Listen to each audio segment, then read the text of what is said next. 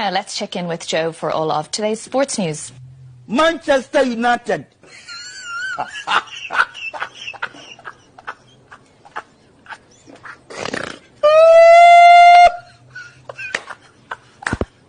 Man United actually lost in the most extraordinary way. Like, I couldn't believe it. It's crazy how Brighton got the last minute winner or the events that happened leading up to it. The script writers for this game were insane. At 1-1, Bruno Fernandes rolls the ball across goal. Bruno Fernandes has laid it on a plate for any of the attackers to score. Joshua Zirkzee or Garnacho. Zirkzee makes a slide for it first. He couldn't reach it. But Garnacho is at the back post to slot it in. Apparently. Pause. But it looks like it hits Joshua Zirkzee. It actually not look like it hits Zirkzee before it goes in, right? Before it literally crosses the line. And he's in an offside position. And unfortunately, there's nothing we can argue about. It's offside. It's clear. The ball was not in before it hit his knee to actually go in. So Joshua Zirkzee actually scored. And here you have him explaining to Ten Hag that he couldn't do anything about it. He couldn't get out the way. I don't know if there's anyone to blame in that situation, because you'd want him to throw his body at it to try get to the ball. He didn't know Garnacho was behind him, but maybe you could say Garnacho should have been more careful. He was just tapping the ball in, but I don't know. Like, it's really hard to blame anyone in that scenario. It's just one of those strange things that happen in football. Anyway, it was 20 minutes to go. The goal gets cancelled and Brighton go and win it with the last kick of the game. Well, the last header with João Pedro, who was phenomenal that game, worked his socks off. He goes and gets his goal against Man United again.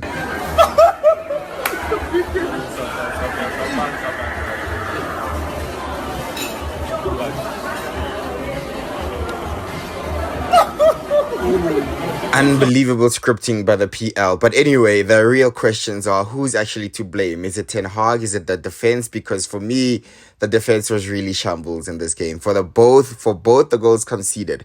Look at this winning goal. Look at this winning header by João Pedro. There is no one near him.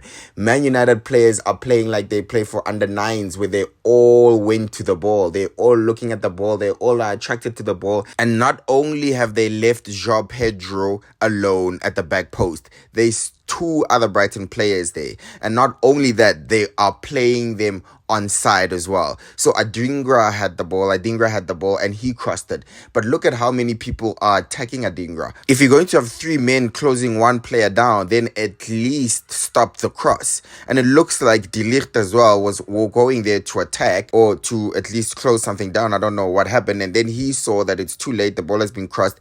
And now all the Man United players are surprised that there's someone at the back post. That is schoolboy defending. Literally schoolboy defending. Left Onana exposed, and there's nothing he could have done to stop those goals. Both those goals, actually. Similar case in the first half where Danny Welbeck got his goal. He haunts his former team again. Set up by Mitoma, who surprisingly had a quiet game for me, but he set up the goal. And Harry Maguire here, in his defense, he says he stretched, but he couldn't get the ball. He missed it. It was literally rolled across in between Onana and Harry Maguire and the defense.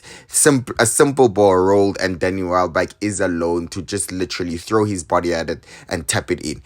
Again, poor defending. If you're looking at this situation, it's literally a 4v3 or actually a 3v2 when the ball is in the box. United are near their own goal line. That cannot be happening.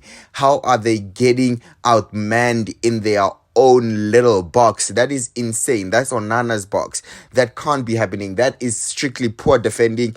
I don't know if we can even blame Ten Hag for that. That every professional defender should know, or a defending team should know, that those situations can't be happening. 3v2 in that tiny little area, literally next to the goal line, for me, that is crazy. Or is this loss actually on Erik Ten Hag? Why? Because a lot of people are criticizing his substitutions. The huge one, Bruno Fernandes. Bruno Fernandes was subbed off after he created that chance, basically, and the score was 1-1. If you're looking at these substitutions made by Erik Ten Hag, let's actually look at them according to the match, right? Zirkzee came on literally on halftime, bang on halftime. He came on for Mason Mount. Agreed. Why? Mason Mount, stinker again. Mason Mount, it's not happening for him at Man United, and I don't think him playing a false nine is helping him. I think he should go back to his natural role, and let's maybe try and and judge him then. But for now, it's not even helping the way they're playing Mason Mount. So a poor half day at the office again from Mason Mount. Joshua Zirkzee got the winner last week. His confidence was high. He came on. He went from hero to zero rather, when he literally stopped a goal. He stopped the goal this time, and potentially Man United would have went on to win that game. So is this a bad sub? No, it's actually a perfect sub. Then Garnacho came on next for Marcus Rashford. Again, did Rashford deliver? No. Was it a good performance by Rashford? No. Was the sub justified? Yes. For me, I'd even ask, why is Marcus Rashford starting over Garnacho when Garnacho is consistently offering more even when he comes off the bench? Just 2 games in the season. He came on last week, made an assist, a match-winning assist. He came on in the Community Shield, got a goal. Literally in the few minutes that he's gotten, he's made differences more than Marcus Rashford. Yes, Garnacho should have scored again in the first game week where he literally just missed it wide, and that would have been Rashford's assist. But perfect sub again. No problem with Ten Hag on that sub. Then the huge one. You take off your chief master creator in Bruno Fernandes and you put on Scott McTominay. Scott McTominay, yes, does get you a goal off the bench a lot, but Bruno Fernandes is the creator, right? So for me, I'm not happy with that one. If Man United want to win the game, Bruno Fernandes should be on the field. It's 1-1. Man United should be pushing to win the game, and you would need the quality of Bruno with his crosses, with his passes, or even with his long-distance shooting. I mean, he hasn't scored for a while, but still, I don't know who's a better creator in Man United than Bruno Fernandes. So that sub, for me, really bad sub. Matthias de Ligt coming on for Harry Maguire in the final few minutes of the game. Do you ever mess with your centre-back pairing in a game like this? In games like this, it's 1-1. Brighton are coming, they're attacking. It's an open game at this point.